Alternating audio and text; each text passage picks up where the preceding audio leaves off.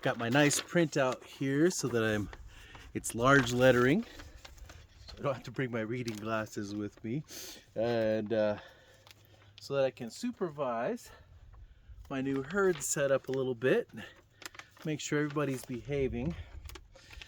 Today I wanted to talk about I think a fairly decent way, and I want to go ahead and say, whenever you hear us people on social media or even the church scholars reviewing something that the prophets said, go back and read what the actual prophets said.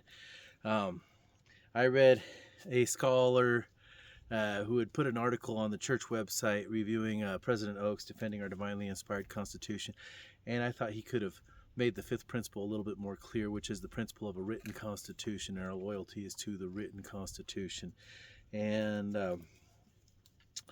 but you get that more strongly when you read actual President Oaks talk.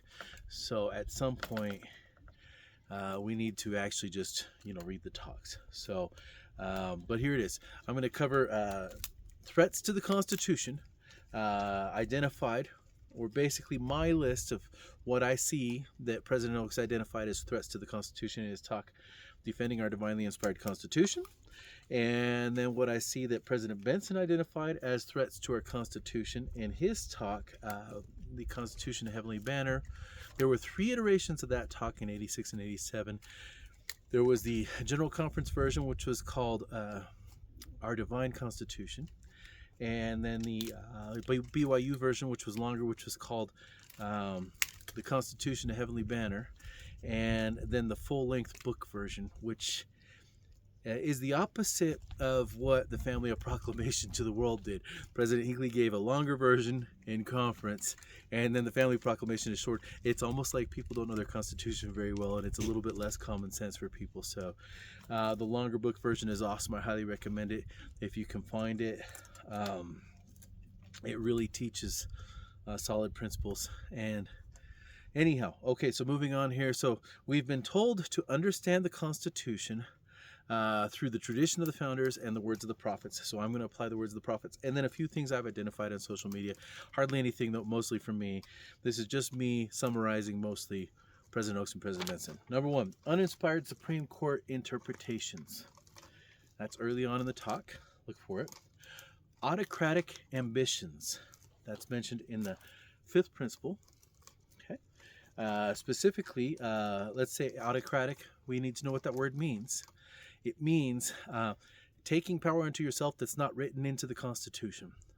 So, for example, I'm going to use the example of John Marshall.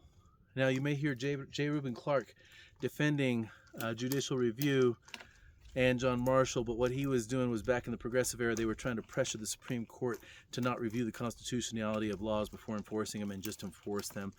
That is wrong. The Constitution calls for each department to read the Constitution for themselves. So, but other than that, let's look at Cooper v. Aaron. So that's in the 50s. They said their decision regarding the interpretation of the Constitution was binding on all the states and the federal government. And so that is an autocratic claim. The Constitution allows for no such claim, and at least that's my interpretation of it. When you claim something that's not written into the Constitution, there's no process written into the Constitution. And in that same principle that President Oaks says, we're loyal to its processes. Everything that's legally binding on us has a process written into the Constitution. Okay, so autocratic ambitions. So uninspired Supreme Court interpretations, autocratic ambitions, federal government usurpations of powers reserved to the states and the peoples, and he uses stuff like laws regarding family makeup. That's reserved to the states, not the federal government. Laws regarding education, what have you, that's reserved to the states and the people, not to the federal government. Suppression of free speech.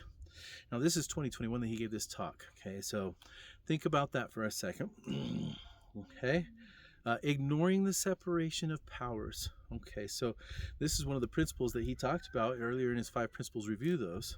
Okay, so the Supreme Court, when they try to create the supreme law of the land, for example, that's not something granted to them in the Constitution. All legislative powers are in the legislative branch, right? That's enforcement powers are in the executive branch. Okay, so ignoring the separation of powers. All right. Rewriting history regarding the purpose of the founding. And Tad Stormer, I'm going to call him out. He's a radical historian. He tells a lot of truths, but then he throws in undocumentable, overarching purposes behind it that just aren't true. Rewriting history. Okay, candidates ignoring the Constitution's principles, such as the previously 5 mentioned principles in defending our divinely inspired Constitution. Study those principles; they're awesome. Okay, it's people are the sovereign, or people's consent, division of powers between the states and the federal government, the division into 3 separate branches of governments: legislative, executive, and judicial. The Bill of Rights, or clear statement of do not touch these federal government, and then the whole written constitution, the concept of a written constitution as opposed to a constitution of precedent, which was what we had before it. And then candidates, referring to it like a loyalty test instead of specific structure designed for to limit government.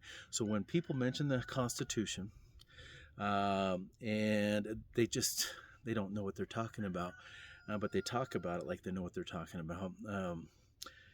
It can actually be really, really backfire. It can actually be worse than if they just left it alone. Okay, so uninspired Supreme Court interpretations, autocratic ambitions, federal government usurpations of powers reserved to the states and the people, suppression of free speech, ignoring separation of powers, rewriting history regarding the purpose of the founding, candidates ignoring the Constitution's principles, such as the previously 5 named Constitution principles in defending our divinely inspired Constitution, and then referring to it like a loyalty test instead of a specific structure designed to limit government. Okay? All right. So now, from President Benson, Supreme Court usurpation and autocratic claim of being the final arbiter of the meaning of the Constitution, followed by rulings that corrupt the meaning it had at the moment it was ratified and given legal force. Now, I got this from the book version of defending the Constitution, Heavenly Banner, but it's also consistent with other talks of his. If you want to look up Jesus Christ, Gifts and Expectations, or Our Divine Constitution, but those are shorter versions of everything. Okay. Or just the BYU talk, the Constitution, Heavenly Banner. Okay, federal administrative agencies that create laws without having powers enumerated to them by the Constitution and without having a process constitutionally provided to do such. Then they enforce and judge those violations. The concentration of legislative, executive, and judicial powers in one agency is absolutely forbidden by the Constitution. And yet that's exactly what's going on. So, President Benson was unambiguous about calling these unconstitutional. Okay, a non-religious and immoral culture, ignorance to the Constitution and its principles. President Benson, by the way, laid out 5 principles himself. If you go to the footnotes of the talk Defending Our Divinely Inspired Constitution by President Oaks, he acknowledges that there are different sets of principles that President Benson has provided in the past, and also different sets that J. Reuben Clark has provided in the past. All of them are great to study, every last one of them. So I recommend looking up all those talks, especially if you're going to start talking about the Constitution online. Okay, and then lack of involvement in civic affairs, and unwillingness to speak up about and defend the Constitution, or at least once you know what you're talking about, right? So, okay. So that's the threats to the Constitution from President Benson that I see specifically in the Constitution Heavenly Banner, the long book version of it, okay? Okay, so now from me, social media threats that I've observed, and these are consistent with basically these other 2 talks, talking about the Constitution casually, with mainstream talking points that are part of what President Benson said have chipped away at every major clause of the Constitution. So specifically, I'm calling out Halverson and Hayden Carroll on this one. Halverson talking about our elastic clause. There is no such thing as an elastic clause. That's a mainstream talking point that's chipped away at the Constitution. It's Article 1, Section 8, Clause 18 is what you're referring to, and it's got very specific parameters. It is not elastic, okay? And then Hayden Carroll referring to the Supreme Court as though they are the government's equivalent of the First Presidency and Council of the 12 redefining our doctrine. That is the furthest thing from the truth, and not even close to right. It is the opposite. So Supreme Court is more like the High Council, local High Council and authority. Okay, they're important, but not that important. Okay, so talking points about the Constitution. Talking about the Constitution casually with mainstream talking points that are part of what President Benson said have chipped away at every major clause of the Constitution. Then next, diminishing the importance of defending the Constitution and calling those of us who do names such as extremists. And again, I've called out Christian Homestead. I'm going to do it again. Dude, stop accusing us of being these people who like some kind of fight or something like that. Maybe we're just the kind of people that nerd out on things and actually study them, and then it drives us crazy when somebody talks about it in an ignorant way, okay? Maybe, right? I just watched a YouTube video talking about the psychology behind people who aren't overly caught up in sports, team sports and stuff like that. They're more interested in just learning things. Put me in that category, dude. Okay? All right? I'm not an extremist. All right, then next.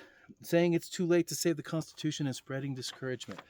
President Oaks specifically in his talk, and by the way, Christian Homestead, you're totally, this violates 9 million talks given by President Benson, okay? Really, J. Reuben Clark, Wilford Woodruff, all of them. Now, President Oaks said we should be hopeful about the future of America and pray for our leaders and know the principles of the Constitution. Study it, make our voices heard. President Oaks said that, read defending our divinely inspired Constitution. And so I love Morgan Philpot. He's the one I've picked on the least about this stuff. But I'm going to point it out again. When you say it's too late to save the Constitution, that it's dead, and you're spreading discouragement, you are counteracting literally what the prophets have said. So, again, here's my giant list. Go ahead and pause that maybe if you want. Thanks for listening, you guys. I'm not a negative Nelly. I just wanted to point this out. I actually really liked this video recently made by Cwic Media with these other guys where they talked about being peaceful when interacting with the with others you disagree with online and stuff. And I'm telling you, I really do like a lot of what Christian Homestead has done, especially a lot of what Hayden Carroll does, and especially a lot of what Morgan Philpot has done. Definitely Cwic Media too, all of them. So just trying to point out that I'm not making this stuff up, you guys. It is stuff the prophets have said. That's all I'm saying, you guys. All right, thanks for watching.